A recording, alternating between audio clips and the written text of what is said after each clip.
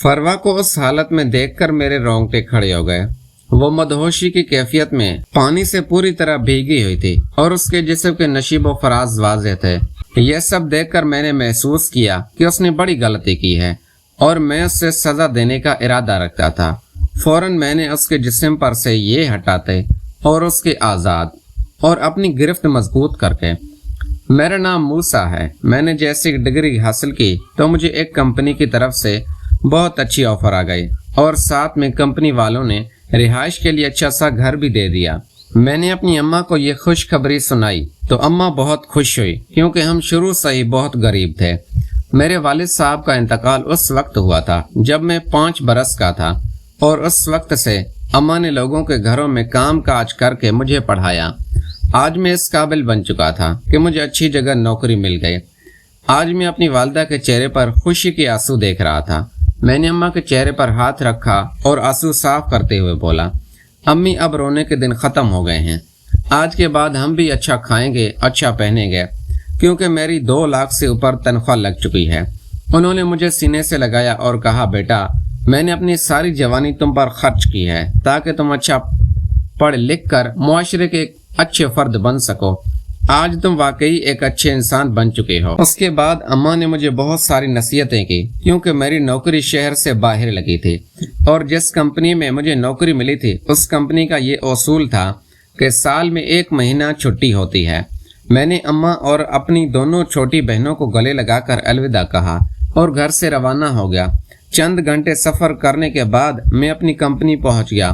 Company پہنچتے ہی company کے manager نے استقبال کیا اور کہا کہ آپ آج آرام فرمائیں، کل سے کام شروع کریں گے۔ مجھے کمپنی کی طرف سے رہائش کے لیے ایک مکان دے دیا گیا تھا۔ میں آج سفر کی وجہ سے بہت تھکا ہوا تھا، اسی لیے میں فوراً اپنی رہائش گاہ گیا اور اپنا بیڈ روم کا دروازہ کھول کر سیدھا پلنگ پر جا کر لیٹ گیا اور کب میری آنکھ لگ گئی مجھے پتہ ہی نہیں چلا۔ پھر صبح اس وقت میری آنکھ کھلی جب میرے گھر کا دروازہ بجا۔ میں اٹھا اور دروازہ کھولا تو سامنے سے خوبصورت نوجوان لڑکی کھڑی تھی۔ میں نے پوچھا، آپ کون؟ تو اس نے کہا، مجھے کمپنی کی طرف سے آپ کے گھر کی صفائی کے لیے بھیجا گیا ہے۔ میں نے اس سے اندر آنے کو کہا، وہ اندر آ گئی۔ پھر میں نے پوچھا، تمہارا نام کیا ہے؟ تو اس نے کہا، میرا نام فروا ہے اور میں روزانہ صبح 8 بجے آیا کروں گی اور شام تک آپ کے گھر میں رہوں گی اور آپ کے گھر کے دن بھر کے کام میں مدد کروں گی۔ میں نے کہا، ٹھیک ہے۔ یہ کہہ کر وہ کچن کی طرف چلی گئی اور میرے لیے ناشتہ تیار کرنے لگی۔ میں بھی واش روم کی طرف چلا گیا اور نہا کر کپڑے پہن کر ناشتہ کرنے کے بعد آفس چلا گیا اور وہ گھر کے کام کاج میں مصروف ہو گئی۔ شام کو 7 بجے جب میں گھر واپس آیا تو وہ گھر کے کام کاج سے فارغ ہو چکی تھی۔ اس نے کہا، سر میں نے گھر کا سارا کام کر لیا ہے، آپ کے لیے کھانا بھی تیار کر چکی ہوں، اب میں گھر جانا چاہتی ہوں، کیا آپ کی اجازت ہے؟ میں نے کہا، ٹھیک ہے فروا، اگر تم نے گھر کا سارا کام کر لیا ہے تو تمہیں جانے کی اجازت ہے۔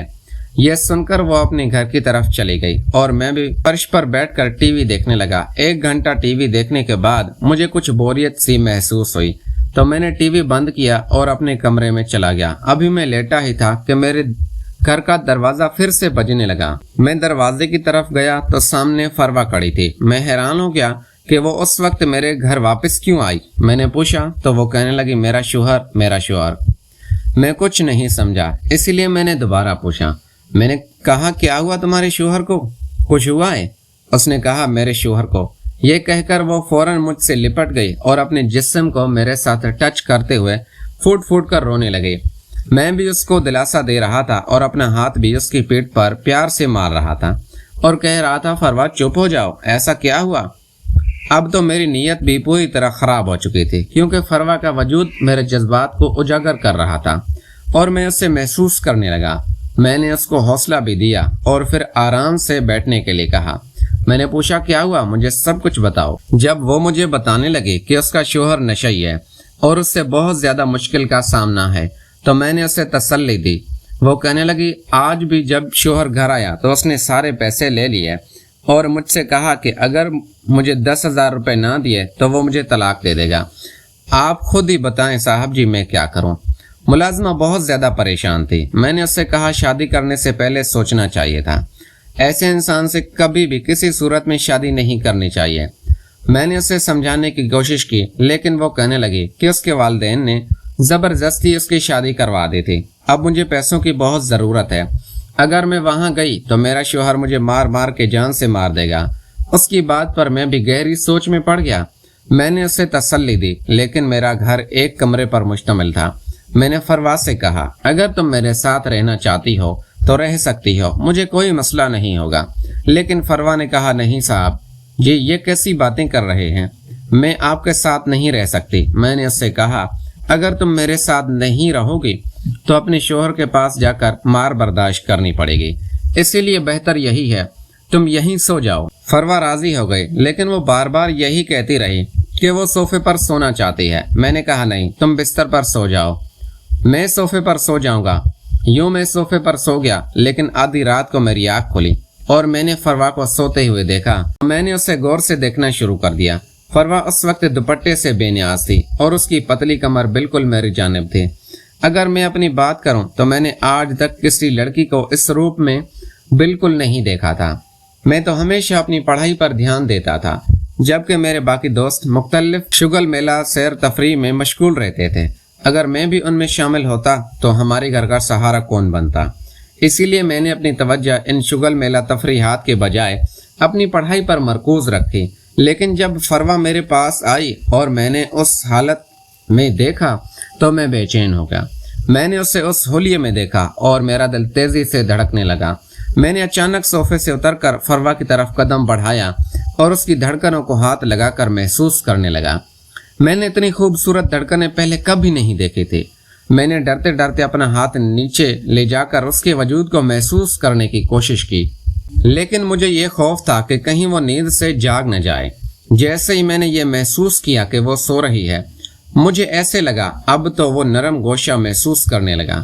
مجھے ایسا لگا جیسے میں نے دنیا کا سب سے نرم گوشہ محسوس کر لیا ہو۔ اچانک ہی فروا نے نیند کی کروٹ لی اور اپنے صوفے پر واپس آ کر بیٹھ گئے۔ میں بے چین ہو گیا اور اس بے چینی میں خود سے کام کرنے لگا۔ کام کرتے کرتے میری آنکھ لگ گئی۔ جب میری آنکھ کھلی تو میں نے دیکھا فروا اب اپنے بستر پر نہیں تھی۔ میں نے دیکھا کہ وہ چھوٹے صحن کی صفائی کر رہی تھی۔ اس سے اس حالت میں دیکھ کر میں بہت متاثر ہوا۔ میں اس کے قریب جا کر کھڑا ہو گیا، لیکن فروا نے کچھ نہیں کہا۔ میں نے موقع کا فائدہ اٹھاتے ہوئے اس کے قریب سے جا کر اس سے محسوس کرانے کی کوشش کی۔ میں جان گیا تھا کہ فروا پیاسی ہے اور اس سے پانی کی ضرورت ہے جو میں اس سے فراہم کر سکتا ہوں۔ اچانک میرے ذہن میں ایک شیطانی خیال آیا اور میں نے جلدی سے فروا کے ہاتھ سے پانی والا پائپ لے لیا اور اسے پوری طرح بھگو دیا۔ فروا نے کہا، صاحب جی، آپ یہ کیا کر رہے ہیں؟ آپ کو دفتر بھی جانا ہے، مجھے چھوڑ دیں۔ وہ مجھے چھوڑنے کی درخواست کر رہے تھے، لیکن میں نے اسے بھگو دیا۔ اچانک میں نے کہا، ارے یہ میں نے کیا کر دیا؟ میں نے تمہیں سارا بھگو دیا ہے، معاف کر دو، مجھے پتہ نہیں چلا۔